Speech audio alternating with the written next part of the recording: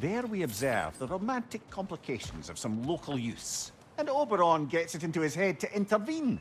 Bids me fetch him a magical flower that can manipulate the affections of others. Supposedly, the idea was to nobly help true love prevail over the pressure of family arrangements. But what he really wanted was to use the flower to torment his own wife. I see why you left his service. Aye.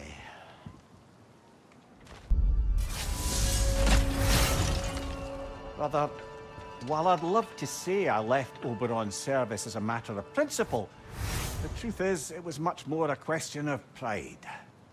If he'd simply shown me more appreciation, who knows how long I might have tolerated his evils. I certainly tolerated plenty from my subsequent employers before I could take no more. If I'm being honest, I was only too happy to offer my complicity in Queen Titania's humiliation. What did you do? I caused her to fall in love with something preposterous. An actor. Your old master. He had you make his wife fall in love with another. Aye, temporarily, by use of this magic flower. Though now it's clear to me the flower's effect isn't love exactly, but a kind of obsessive devotion that is too often mistaken for love. So of course the Queen made a fool of herself, as did all those under the flower's spell that night. Don't know how I ever got embroiled in such a farce. You are wiser now. I think so. Though that only makes up for so much past stupidity. Sigrun, I wanted to tell you, Valhalla keeps sweeping me away to my own adventure in memory. I wondered if it would. That's wonderful. What is it showing you? Some particular events of my wayward youth. But they're in a loop of sorts. Not sure I've quite gleaned what it all amounts to. Then you must do what you do in Valhalla. Keep going.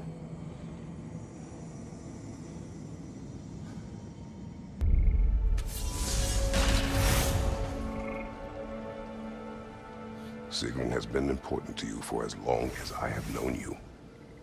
What happened in the beginning? Oh, it's a typical enough story. A boy meets girl, girl fulfills her ambition to transcend the physical plane and become a Valkyrie of Valhalla.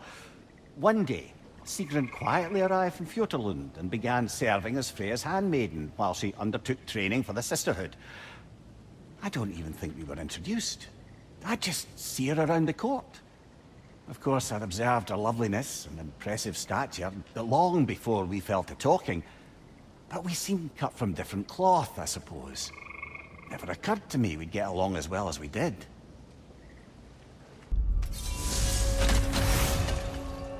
You and Sigrun, how was it you first spoke?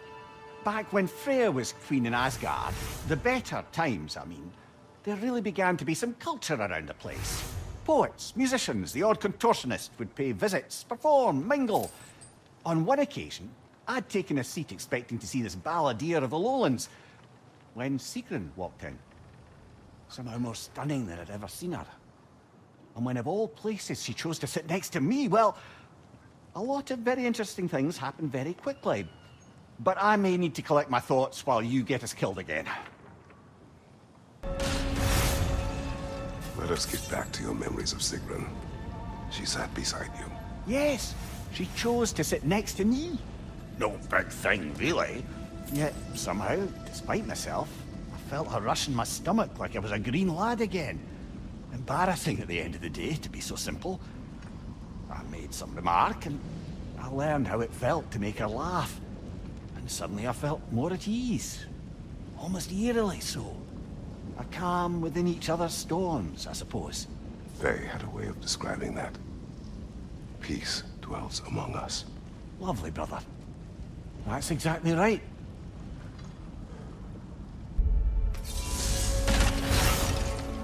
Mimir, you may speak more of coming to know Sigrun. Right. Where were we? After the ice was broken, we fell to talking more regularly, even making a point to do so. It was all I could do to enjoy her company responsibly, staying mindful of our respective positions and keep from crossing any line that would make things difficult for us to recover from. Wise. Well, mostly. I'm always wisest in the parts I let myself remember. Mimir, what happened next with Sigrun? She had introduced me as a good friend. And though I couldn't be entirely sure what she meant by it, for once I wasn't concerned with an outcome. Regarding Sigrun, I knew my answer was yes. The question itself seemed secondary. You were not upset she called you friend.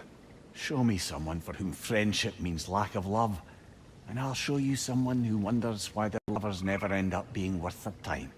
Perhaps. But you did not express your feelings. Oh, I don't think she could have escaped noticing them. I just never asked her anything I felt sure she'd have to refuse. Your relationship with Sigrun. Why so reluctant to tell her how you felt? She was on the Valkyrie's path, preparing to transcend her corporeal form. That was her focus, her chosen purpose, and I didn't want to suggest myself as an obstacle.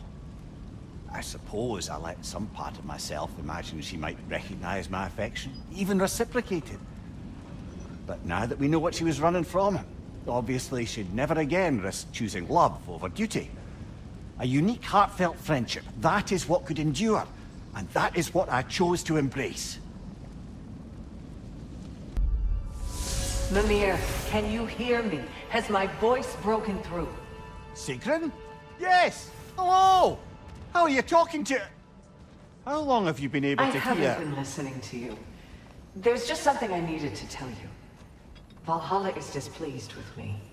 It wishes a penance of sorts. Trials to reforge my loyalty. I haven't decided what to do, but I hoped we could talk about it. Aye, let's do. Next time we die, or Kratos gets a headache. Sigrun, what's this about Valhalla questioning your loyalty? I thought everything was all right. It is. For you are alive, and I am no longer in pain. But my transgression was not without consequences. Valhalla has penalized me. I could not enter now if I wanted to. In fact, I am not sure if it will welcome me in death. What? That can't be right. No one's more worthy of Valhalla than you. You can't have sacrificed that for my sake. It's not fair. There's no blame to place here. When you do what you know is right in your heart, the results are not always what you hope for. That doesn't mean it was the wrong decision. Now please, we've kept Kratos long enough from his journey. I insist. Go. We'll talk more.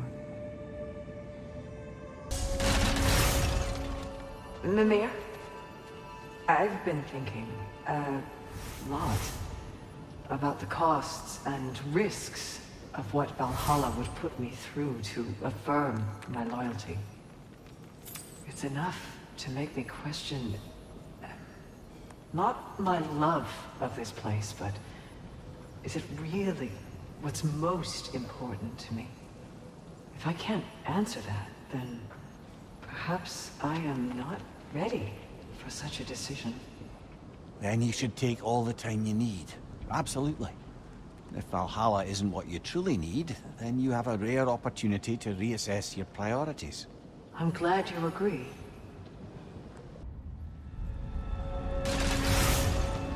Mimir, I had a thought. What you said to me, that you didn't think you could give me what I needed. Aye. I've been trying to figure out why you'd say such a thing. I know you don't say things without a reason, even if you don't know what it is at first. But I think I figured it out. It's not that there is anything lacking in you. It's that in the end, nobody can give me everything I need to be happy. Not even Valhalla. That's something I have to give myself. And to do that... You need to find yourself. It's true. And we're saying that's what I meant all along? Clever, huh?